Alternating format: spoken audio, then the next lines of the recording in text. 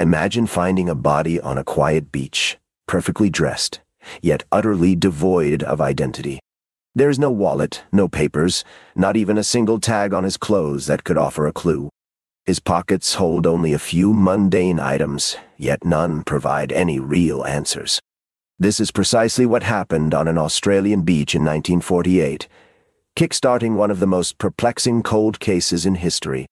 What followed was a bizarre trail of cryptic poetry, a mysterious code, and tantalizing hints of espionage. This man, known only as the Somerton Man, vanished without a trace, leaving behind a profound riddle. In just a few minutes, you'll uncover the strange details that kept his identity a secret for over 70 years, a true enigma.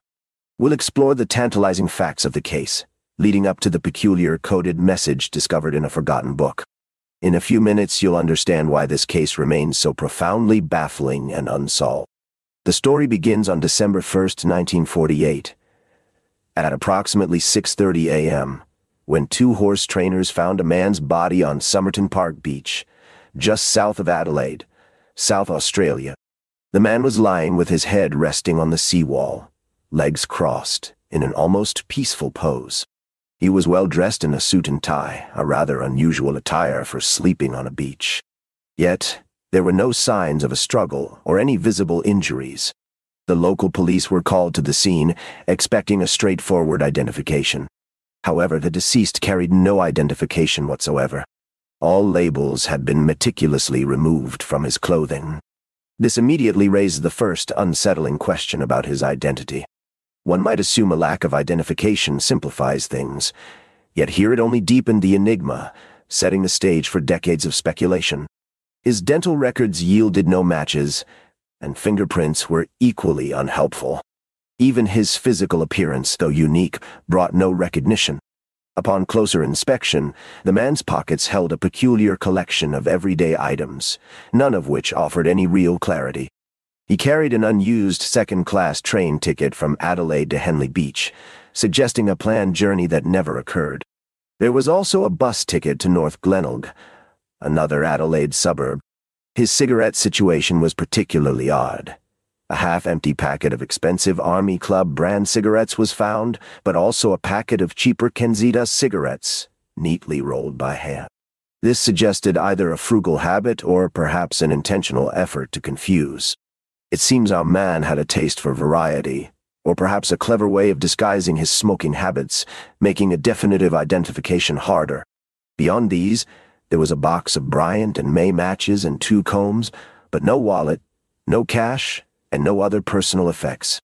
These seemingly mundane objects formed a disjointed narrative, painting a picture of a man who traveled lightly and left no traceable connections. This assortment only multiplied the initial mystery.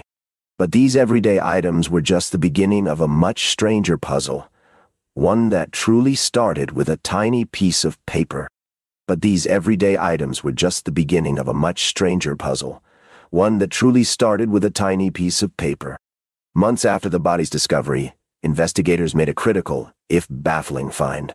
Hidden in a small fob pocket sewn into the man's trousers, they discovered a tiny, rolled-up scrap of paper.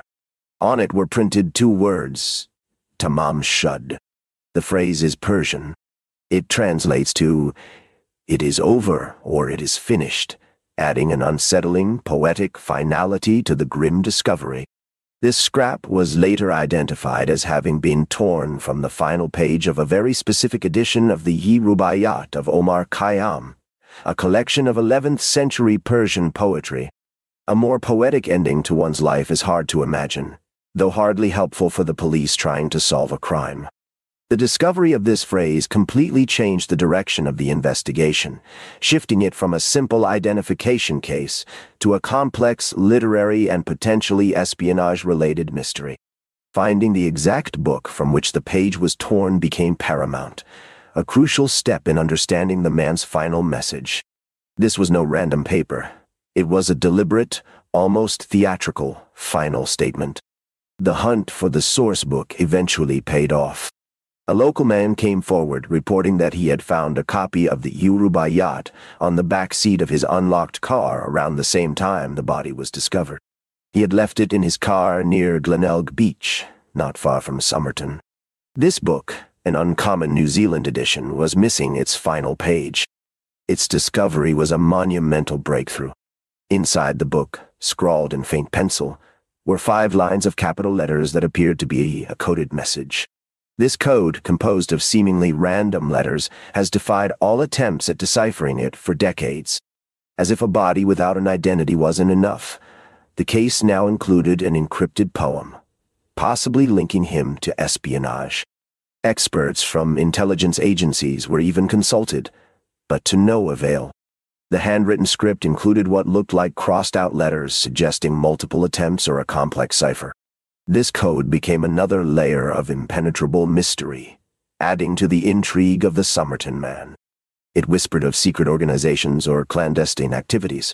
Yet, even with these cryptic clues, the story takes an even more perplexing turn, involving an unexpected photograph and a tantalizing connection.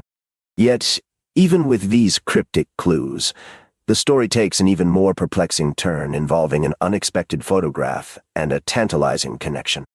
Despite exhaustive investigations, the Somerton Man's identity remains officially unknown, making this one of Australia's most enduring mysteries.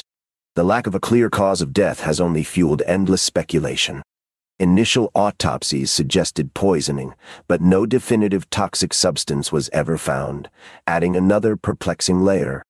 Theories about his identity and purpose are numerous, ranging from a jilted lover taking his own life to a Soviet spy on a clandestine mission. For a man who left so little trace, he certainly generated a great deal of speculation and international intrigue.